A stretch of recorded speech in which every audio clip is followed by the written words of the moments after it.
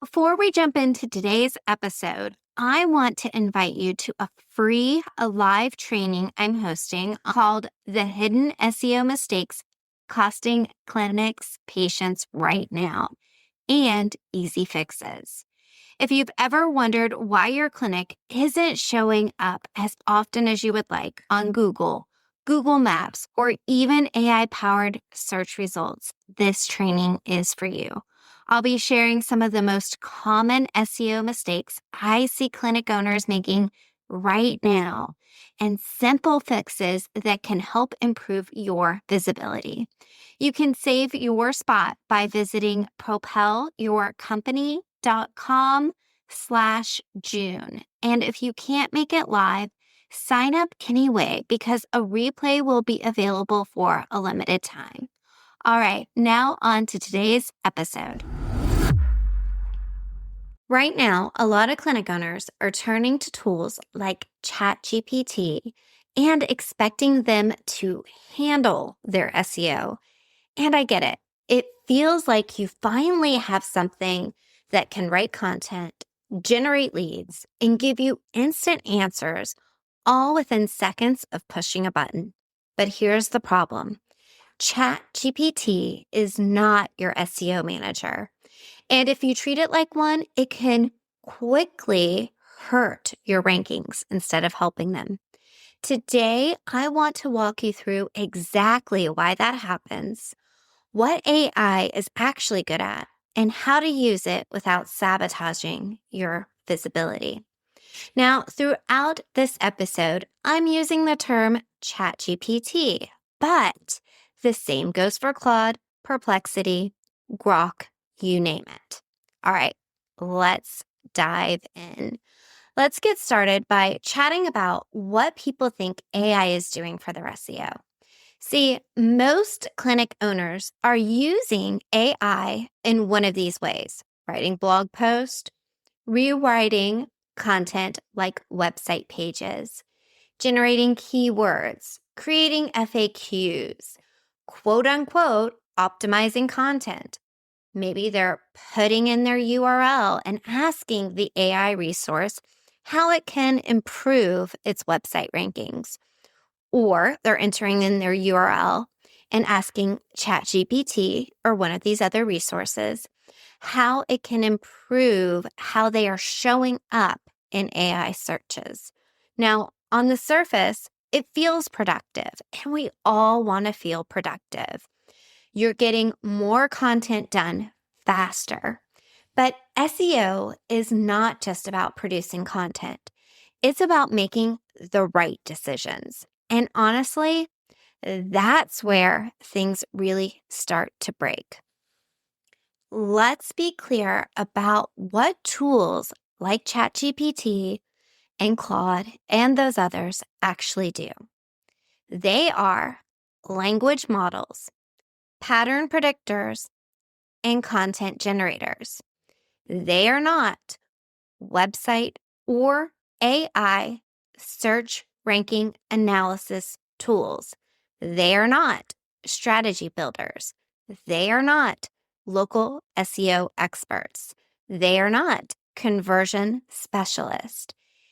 Even if you start your prompt off asking them to act as though they are, they do not know what your site currently ranks for.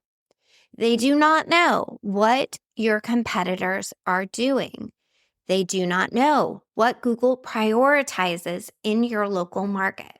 They do not know what is actually converting on your website. So when you ask AI, what should I do for SEO?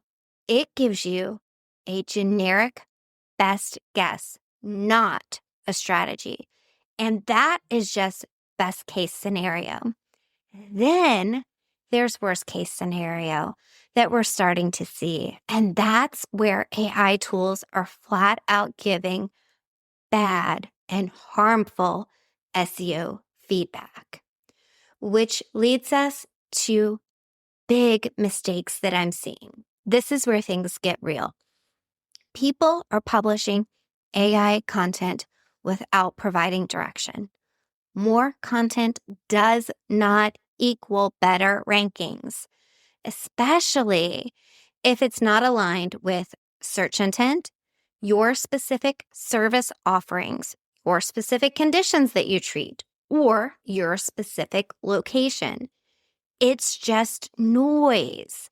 I'm seeing a rise in people creating pages that are also competing with each other because they think more is better. Because you know why AI loves to generate content pages, service pages, city pages. But without strategy, you end up with duplicate topics, keyword cannibalization.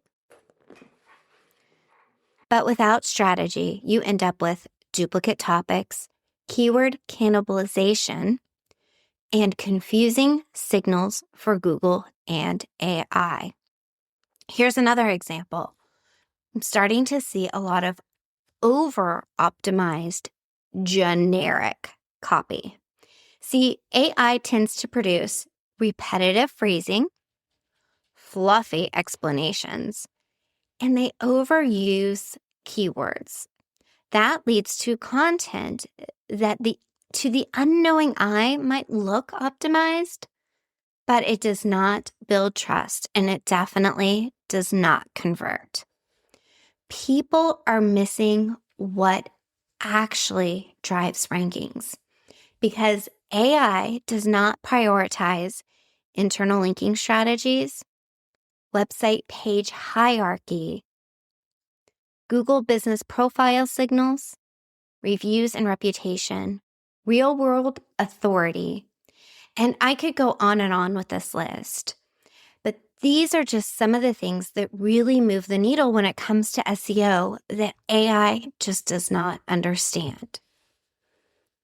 What SEO actually requires is a real mix of strategy, which is what to create and why, structure, which is how your site is organized, content, which is what is on those specific pages, authority, which includes reviews, link and reputation, and conversion, which is everyone's goal to turn those website visitors into patients. AI can help with one of these, just one. That's content. And even then, it needs direction. Very, very, very, very specific direction, plus a human working back and forth with it who understands everything that goes into SEO. All right, enough with that doom and gloom. Let's move on to how to use AI the right way. Here's how to actually make AI useful instead of harmful.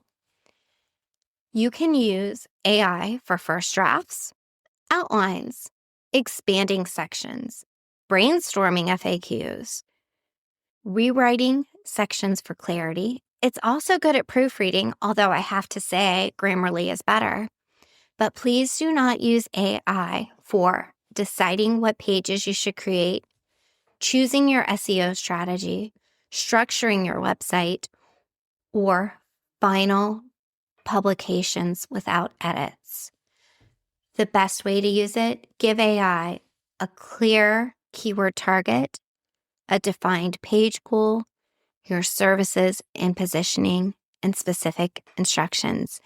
And even then, you're going to really need to heavily edit it again and again. Remember, it's a tool, not a strategy. Add real experiences, specific details, local relevance, proof, and credibility. The big takeaways here that are really worth repeating. AI is a tool, a powerful one, but it is not a replacement for a strategy.